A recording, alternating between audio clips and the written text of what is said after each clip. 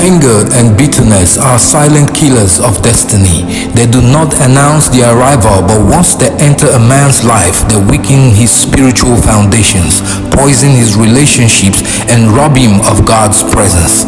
Many great men in scripture fell, not because of immorality or lack of prayer, but because anger opened the door for destruction. The Bible warns, "Be angry and sin not, neither give place to the devil." Ephesians 4:26-27. Anytime a man gives room to anger, he gives room to the devil. Anger is not merely an emotion. When uncontrolled, it becomes a spirit, a spiritual force that pushes a man into actions he will later regret. The spirit of anger functions subtly. 1. It attacks through offenses. Most anger begins with small offenses. Jesus said, "It is impossible, but that offenses will come." Luke 17:1. The spirit of anger waits for an offense to arise, then whispers, "React." Offense is the bait the enemy uses to trap a man. Number 2, it blinds a man's reasoning. When anger takes over, sound judgment leaves.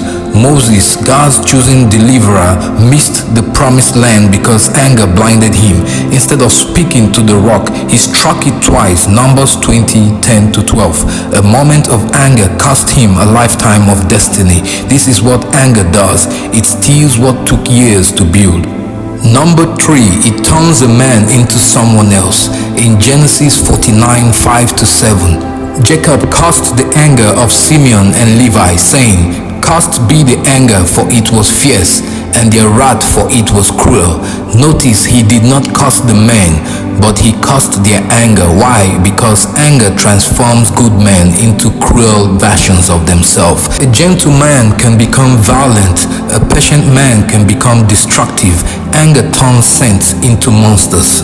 A man once said, "I lost my job in 5 minutes of anger, but I have now spent 5 years trying to recover what I lost."